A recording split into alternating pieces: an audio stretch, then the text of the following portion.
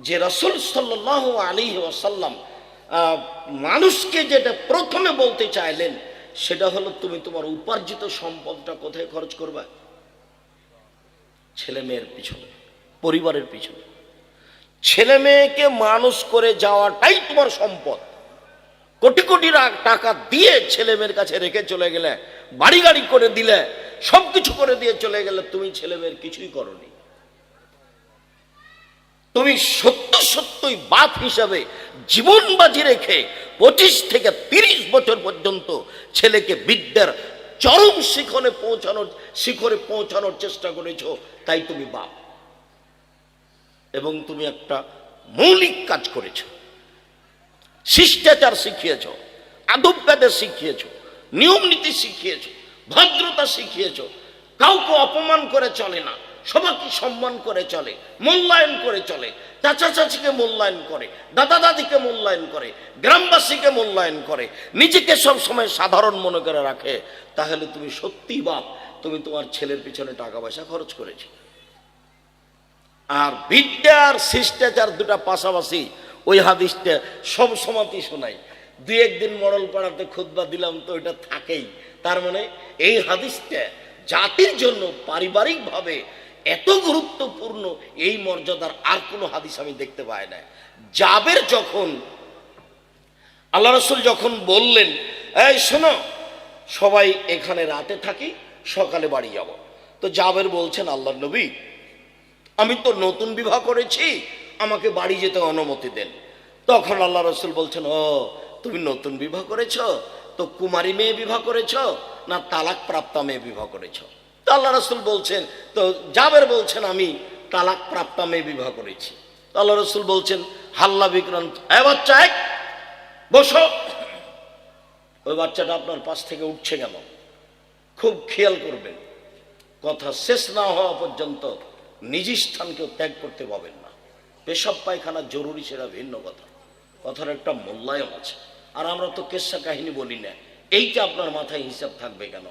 জুমার খুতবা চলাকালীন যেমন এক খেলে চেয়ে থাকেন, শেষ না হওয়া পর্যন্ত এক খেলে চেয়ে থাকবেন। আমরা আলোচনার শুরু থেকে নিয়ে শেষ পর্যন্ত আপনার কিছু না কিছু উপকার করবই ইনশাআল্লাহ। তো জাবের বলছেন, আল্লাহর নবী শোনেন, আমার আব্বা উহুদের যুদ্ধে শহীদ হয়েছেন 9 জন মেয়ে রেখে, আমার 9টা বোন আছে। আমার বোনদের সমবয়সের মেয়েকে আমি বিবাহ করিনি 4টা কারণে।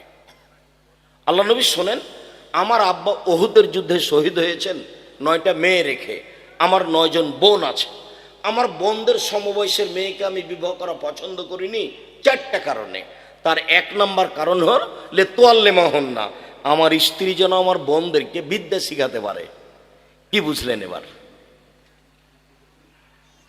2 বলে তোয়াদ দেওয়া হন না, আমার স্ত্রী যেন আমার বোনদেরকে শিষ্টাচার শিখাতে পারে। তাহলে 1 নম্বর কি থাকলো? বিদ্যা। 2 নম্বর কি থাকলো? শিষ্টাচার। তাহলে বাপের কাজ কি হলো এখন? বাপের কাজ কি বলেন তো এবার? বিদ্যা শিখিয়ে দেওয়া, শিষ্টাচার শিখিয়ে দেওয়া। পরের 2টা আরো শক্তিশালী। 3য় নম্বর হলো, আমার স্ত্রী যেন আমার বোনদের মাথার চুল চিরুনি করে সাজগোজ করে মানুষের মতো মানুষ করে রাখতে পারে। কোনো সময় যেন আমার বোনের মাথার চুল এলোমেলো না থাকে, কাপড় চুপড় যেন এবড়ো থেবড়ো না থাকে, ময়লা টয়লা যেন না থাকে, আমার বোনেরা যেন ঝকঝকে হয়ে থাকে সব সময়। এইটা আমার স্ত্রী করে দিবে, তাই আমি বেশি বয়সের মেয়েকে বিবাহ করেছি। 4 বলে তাকুমু আলাইহিন না, আমার স্ত্রী যেন আমার বোনদের পাহারা দিতে পারে। নেন, এবার তো আরো কঠিন হয়ে গেল। সালাত, চলা ফিরা, খাওয়া, পুরো জীবনটা যেন আমার বোনদের আমার স্ত্রীর চোখের উপরে হয়। সব সময় যেন আমার স্ত্রী দেখতে পায় আমার বোনেরা কি করছে, তাই তো পাহারাদার, পাহারা দেবে। 1 বিদ্যে, 2 শিষ্টাচার, 3 সাজগোজ করে রাখা, 4 পাহারা দেওয়া। সব বুখারী মুসলিমের হাদিস, স্বাভাবিক নয়? তো গাড়ির গায়ে লেখা আছে আদ-দাওয়াইল আল্লাহ। তাই আমি বললাম, আব্বু আদ-দাওয়াইল আল্লাহটা কি?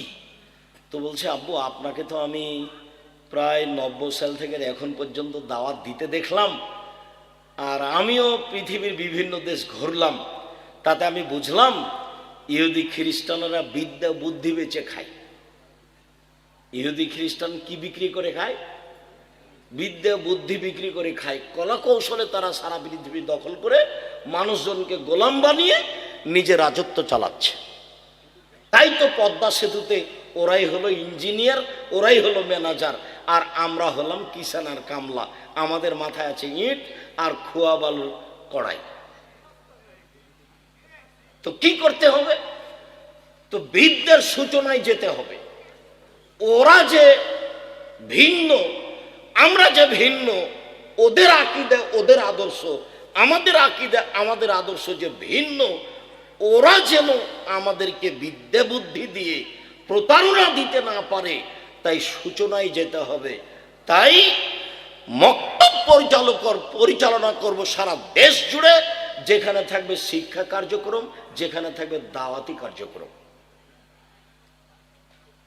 এই দাওয়াতি কার্যক্রম হাতে নিয়ে, শিক্ষা কার্যক্রম হাতে নিয়ে কয়েক মাসের মধ্যে বই লিখে সিলেবাস তৈরি করে বই ছাপিয়ে কাজ আরম্ভ করে আলহামদুলিল্লাহ প্রায় 350-400 মক্তব চালু হয়েছে। প্রায় 150-200 শিক্ষক প্রশিক্ষণ নিয়ে ফেলেছে, যারা আপনাদের টাকাতে আসে, আপনাদের টাকাতে যায়, আর আপনাদের টাকা দিয়ে খায়, আর আপনাদের টাকা দিয়ে ছাপানো বই ফ্রি নেয়। আপনাদের টাকা মানে জামিয়া সালাফিয়া। আর এদেশের মাটিতে জামিয়া সালাফিয়া এমন একটা প্রতিষ্ঠান যেটা সৈন্যের উপরে আছে। নিচে কোনো নির্ধারিত লোক, নিচে কোনো বিত্তশালী, নিচে কোনো নির্ধারিত 5 জন কমিটি, এরকম কিছু দিয়ে জামিয়া সালাফিয়া চলে না। বৈদেশিক সহযোগিতায় জামিয়া সালাফিয়া চলে না।